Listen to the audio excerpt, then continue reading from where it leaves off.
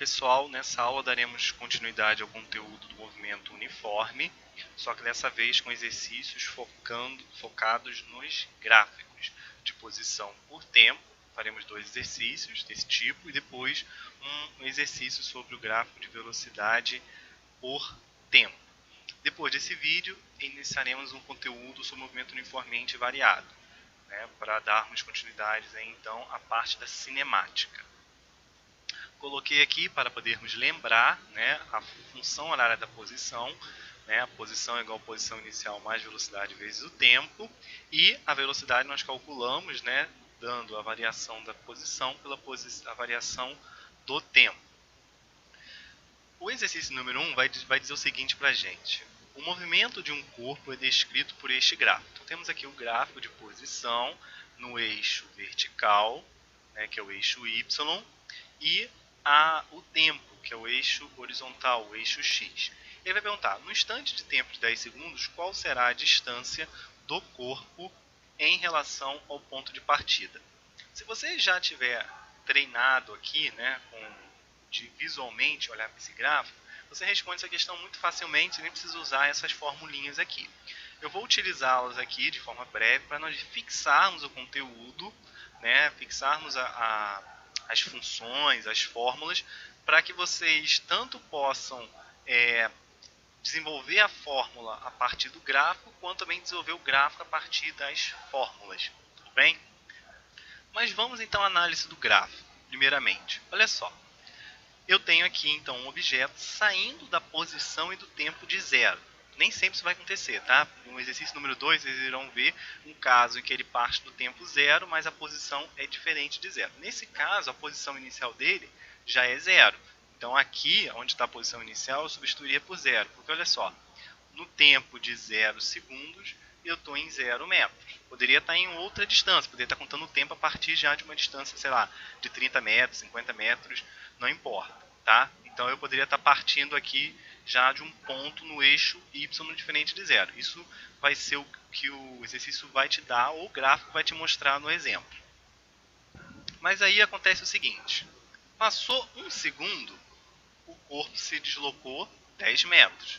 Passou mais 1 segundo, se deslocou mais 10 metros, porque fui de 10 para 20, então 20 menos 10 aqui dá 10.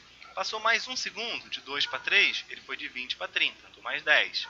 De 3 para 4 segundos, foi de 30 para 40. Então, a gente pode perceber aqui que ele está sempre andando 10 metros a cada segundo. Metros por segundo, ou quilômetros por hora, isso estou falando de velocidade. Tá? Velocidade é sempre uma variação da posição por uma variação do tempo. Eu deduzi isso aqui só olhando para o gráfico, você não precisei jogar na fórmula, eu observei aqui. Mas se você quiser, você também pode jogar pela fórmula. Posso pegar aqui tudo isso, gente, pode ser feito em qualquer intervalo. Eu posso pegar no intervalo, por exemplo, de 7, entre 7 e 4 segundos, por exemplo. Então eu pego, sei lá, entre 7 e 4, eu poderia pegar 70, 70 relativo a 7 segundos, 70. E 4, 40 metros. Então varia 70 menos 40, a posição final menos a posição inicial, 70 menos 40 daria 30. E 7 menos 4 dá 3 segundos. Então 30 dividido por 3 dá 10 metros por segundo. Também posso pegar o intervalo geral. 70 menos 0, 70. 7 menos 0, 7. 70 dividido por 7, 10. Em qualquer trecho que eu pegar, onde eu faça qualquer ponto nessa relação de ponto onde eu faço a posição final menos posição inicial dividido pelo tempo final menos tempo inicial, vou ter uma velocidade aqui constante, porque essa vai ser uma principal característica do movimento uniforme. Veremos posteriormente que quando você tiver uma variação da velocidade, aí eu terei um movimento uniformemente variado. Então eu posso escrever aqui que a velocidade média desse corpo será de 10 metros por segundo, porque não importa o trecho que eu pegue, ele vai dar sempre essa mesma velocidade.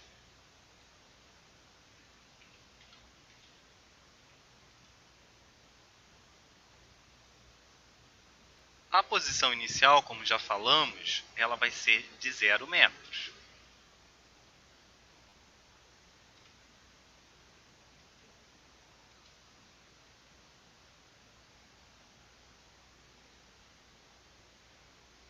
Com esses dados aqui da velocidade e da posição inicial, eu já consigo substituir na nossa função horária geral, né, para vermos qual vai ser a função horária da posição para esse gráfico aqui, que no caso é 0 mais 10 vezes t.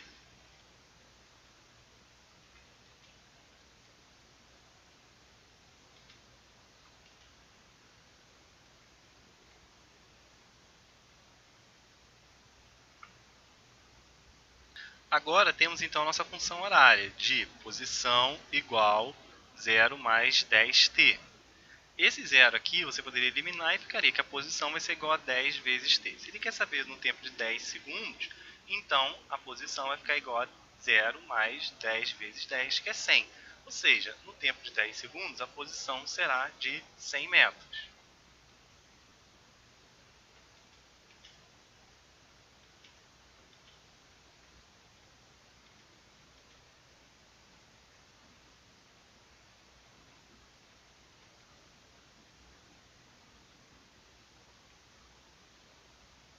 Eu sei que esse exercício, para quem já pegou o espírito da coisa, parece ser muito simples, talvez até pareça, né, ser ridículo para alguns, mas ele é importante poder treinar aqui a fórmula da função horária da posição.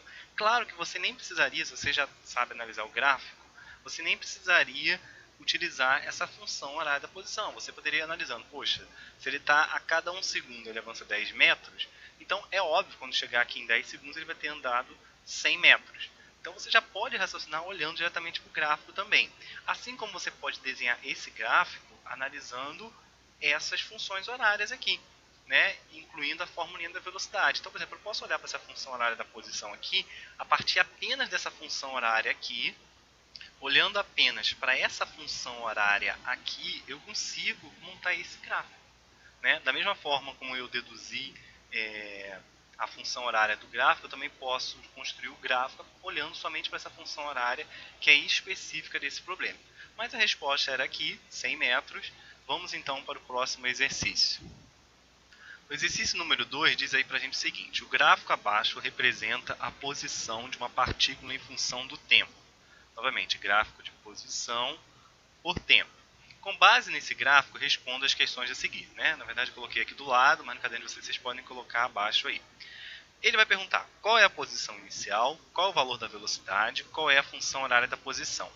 Vocês já sabem isso aí de cabeça, nem vou escrever mais aqui, tá?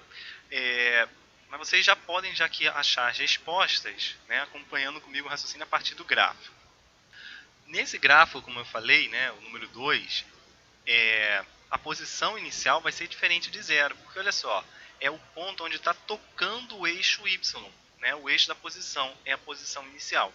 Então, se no exercício número 1 a posição inicial era zero, nesse aqui a posição inicial vai ser de 20 metros. Se aqui fosse quilômetros, vocês diriam que era 20 quilômetros. Né? Você sempre tem que relacionar aí a unidade de distância e a unidade de tempo. Então, eu tenho 20 metros, vai ser a minha posição inicial.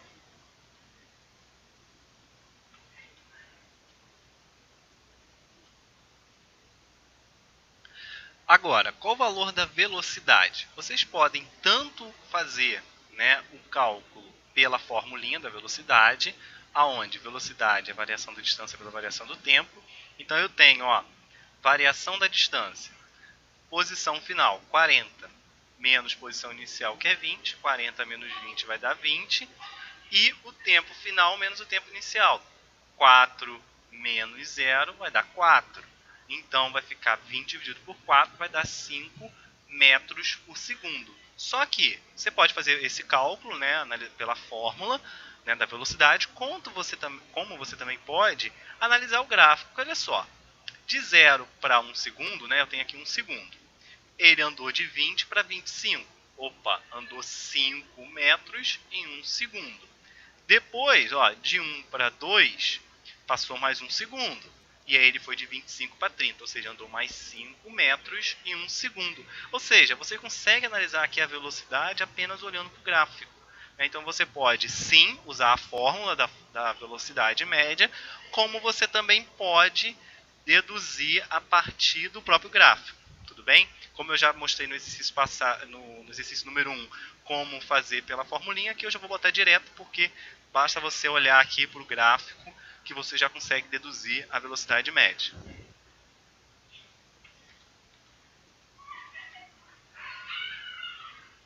Por fim, né, a letra C diz o seguinte: qual é a função horária da posição? Vocês já não podem esquecer da formulinha, né? Posição igual a posição inicial mais velocidade vezes o tempo.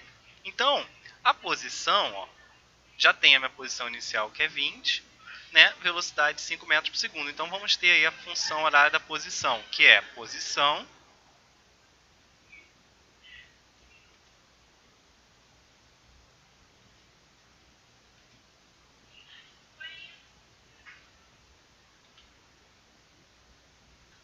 posição igual a posição inicial mais velocidade vezes tempo, ou seja, posição igual a 20 mais 5 vezes t. Vocês conseguem aplicar essa funçãozinha horária da posição e descobrir aqui, por exemplo, depois de, sei lá, 30 segundos, qual vai ser a posição do corpo? Aí você vai botar aqui, ó, posição, que é S, né, igual a 20 mais 5 vezes 30. Aí você vai somar 20 mais 5 vezes 30, você vai descobrir a posição que ele vai estar. É importante, então, que vocês consigam fazer essas relações, né, de deduzir a posição, a velocidade do corpo, né, posição inicial, tudo olhando para o gráfico, ou até mesmo montar o gráfico a partir da função horária. Tá? Então, se eu já tenho essa funçãozinha horária aqui da posição, eu consigo montar esse gráfico aqui também. Tá? Então, eu consigo extrair do gráfico a função horária, velocidade, posição inicial, né, e a posição do corpo em qualquer momento, né, do gráfico. E também vice-versa, tá? Pegar esse dado aqui e montar o gráfico. Vamos então aqui para o último exercício.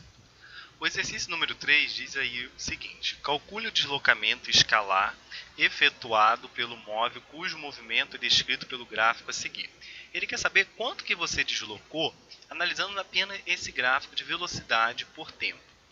No movimento uniforme, a velocidade, como vocês já estão cansados de saber, ela é constante, ou seja, conforme o tempo passa, a velocidade continua a mesma. Então, passou, você sai aqui do zero, passou 1 segundo, a velocidade 3 metros por segundo. Passou 2 segundos, 3 metros por segundo. Passou 3 segundos, 3 metros por segundo. 4, 5, 6, conforme o tempo vai passando, a velocidade permanece constante. Então, nós conseguimos aqui calcular quanto ele se deslocou analisando, né, essa reta da velocidade pelo o tempo. Lembrando sempre que o eixo horizontal, que é o eixo do tempo, né, ele vai sempre ser o eixo do próprio tempo. Tá? Vocês nunca coloquem o eixo do tempo na vertical. Tá? Por convenção, a gente trabalha sempre na horizontal. Mas é o seguinte, você pode fazer isso aqui, né? Eu vou explicar um macetezinho para vocês poderem fazer um cálculo de área e sempre chegar no deslocamento fazendo uma multiplicação aqui. Mas raciocinem comigo primeiramente, antes de utilizarmos o macete. Passou 1 segundo, ele andou 3 metros, porque isso aqui que significa, né, velocidade. Ó. Ele anda 3 metros por segundo. Então passou 1 segundo, 3 metros. Mais 1 segundo, 3 metros. Mais 1 segundo, 3 metros. Significa que depois de 3 segundos ele andou 3 mais 3 mais 3, 9 metros. Tá? Vamos supor que você tivesse 10 segundos. Né? Você poderia fazer, né, essa soma sucessiva de 10, ou poderia fazer logo 10 vezes 3. Né? Porque esse é o macete. Tá? Sempre quando você tiver um gráfico de velocidade por tempo no movimento uniforme, você pode fazer o cálculo como se fosse a área de um retângulo, né? Onde você multiplica a parte de baixo pela parte de cima. Então você teria, nesse caso aqui, 3 vezes 3, tá? Ou uma soma sucessiva. Então a velocidade aqui vai me fornecer o deslocamento do corpo. Coloquei aqui a relação, né, do deslocamento sendo igual a velocidade vezes o tempo que passou. Na verdade, eu não preciso gravar isso com uma nova fórmula, estou colocando aí porque está no livro de vocês, só para vocês saberem, mas só vocês imaginarem o seguinte, que é só você fazer uma soma sucessiva ou então fazer uma multiplicação dessa base pela altura. Isso aqui é como se fosse uma área de um retângulo, tudo bem? Então, o nosso deslocamento aí vai ficar 3 vezes 3, como já falei, que vai dar 9. Então, fechamos aqui a resolução dos exercícios, né, com esse vídeo. No próximo iremos introduzir já o conteúdo do movimento uniformemente variado.